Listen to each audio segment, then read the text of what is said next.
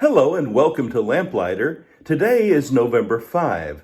Today in our daily Bible reading, we continue to read about the ministry of Jesus, and specifically we're continuing a section of reading that was begun yesterday, talking about Jesus being in Jerusalem for the Feast of the Tabernacles.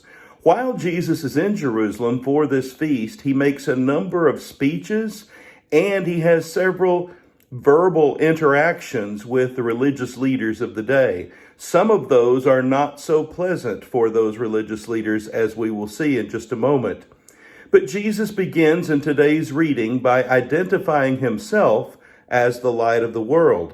When Jesus spoke again to the people, he said, "I am the light of the world. Whoever follows me will never walk in darkness, but will have the light of life." In your own law, it is written that the testimony of two men is valid. I am one who testifies for myself. My other witness is the Father who sent me. So you can probably begin to see how unpopular these kinds of words are among the religious leaders when he keeps referring to God as his personal Father who sent him to the earth. He says, "If you knew me, you would know my Father also." No one seized him, however, because his time had not yet come. These readings today are from the Gospel of John, and John continually emphasizes this idea that Jesus has a time for doing certain things, and again, his time had not yet come, so no one was able to seize him in this context. Then Jesus begins to warn against the dangers of unbelief. He says to them, "You are from below, I am from above. You are of the world, I am not of the world. I told you that you would die in your sins. If you do not believe that I am the one I claim to be, you will indeed die in your sins. When you have lifted up the Son of Man, then you will know that I am the one I claim to be. And I do nothing on my own, but speak just what the Father has taught me. The one who sent me is with me. He has not left me alone, for I always do what pleases him." Even as he spoke, many put their faith in him. Now he's stirring up the religious leaders. They don't like what he's saying because they think he is equating himself with God. And yet, even with these very strong and confusing words, there are many who curiously are following him and believing in him. Jesus says, "If you hold to my teaching, you are really my disciples. Then you will know the truth, and the truth will set you free. Everyone who sins is a slave to sin. So if the Son sets you free, you will be free indeed." Well, this really agitates the religious leaders because they don't see themselves as ever having been in bondage, and they see Abraham as their great father. Jesus says, "If you were Abraham's children, then you would do the things Abraham did. As it is, you are determined to kill me, a man who has told you the truth that I heard from God. Abraham did not do such things. You are doing the things your own father does. If God were your father, you would love me, for I came from God, and now I am here. I have not come on my own, but he sent me." There it is again. "Why is my language not clear to you? Because you are unable to hear what I say. You belong to your father, the devil, and you want to carry out your father's desire. He was a murderer from the beginning, not holding to the truth, for there is no truth in him. When he lies, he speaks his native language, for he is a liar and the father of lies. Yet because I tell you the truth, you do not believe me. Can any of you prove me guilty of sin? If I'm telling the truth, why don't you believe me? He who belongs to God hears what God says. The reason you do not hear is that you do not belong to God." You can see that Jesus is saying some very pointed, very confrontational, and pretty harsh things to these religious leaders.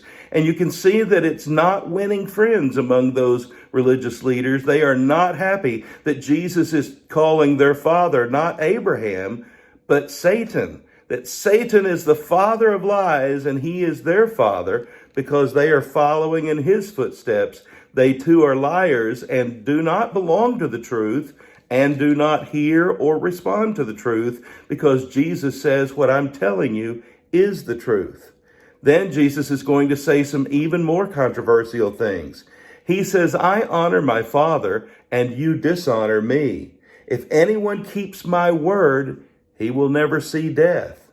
And they don't understand this, certainly. They say Abraham died and so did the prophets. And yet you are standing here before us and you are saying that if anyone keeps your word, he will never taste death. Are you greater than our father Abraham? He died and so did the prophets. Just who do you think you are?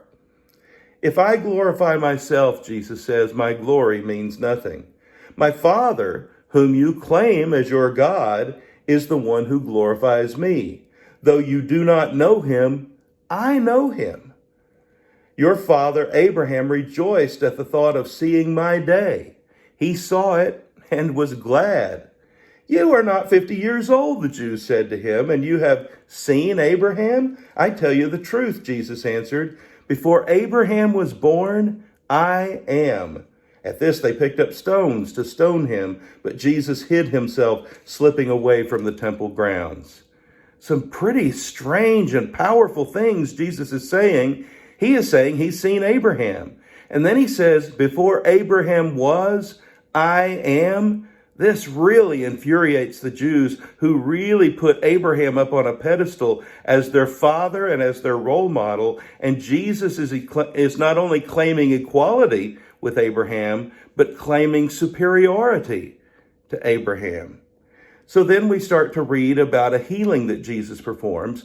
He heals a man who was born blind. It begins with a religious question among his disciples asking, Lord, who sinned, this man or his parents, that he be born blind? And Jesus says, neither this man nor his parents sinned, but this happened so that the work of God might be displayed in his life.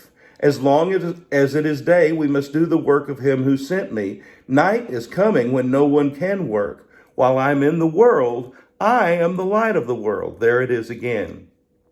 So Jesus says this man's predicament is not because of his sin or because of his parents' sin, but God can use what seems to human beings as a negative situation to bring glory to himself, to bring honor to himself. And Jesus says this is the case here. So Jesus makes some mud and puts it on the man's eyes and heals him. And the townspeople are confused. They're saying, isn't this a man who used to sit and beg? And now, how is it that he sees?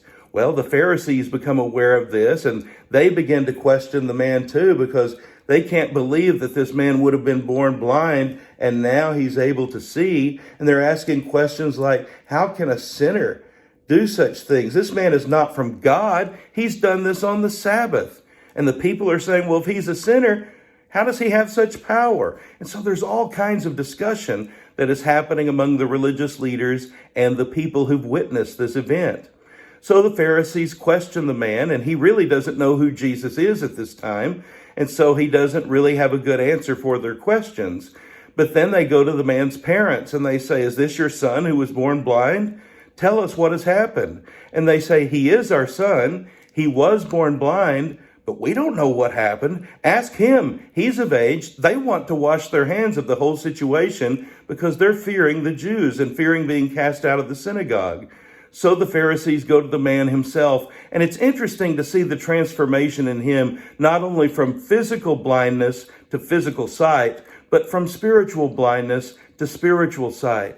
They say, tell us, is this man a sinner? And the blind man says, or the once blind man says, whether he's a sinner or not, I don't know.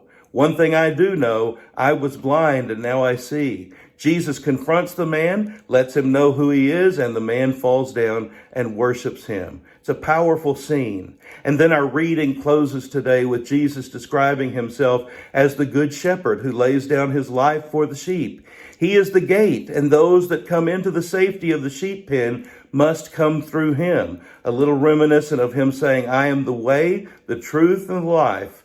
No one comes to the Father except by me. The Jews are all divided. Is he really the Messiah or is he not? And it's a question we still must answer today. Isn't it great to be a lamplighter? His word is a lamp to our feet and a light to our path. I hope you have a blessed day.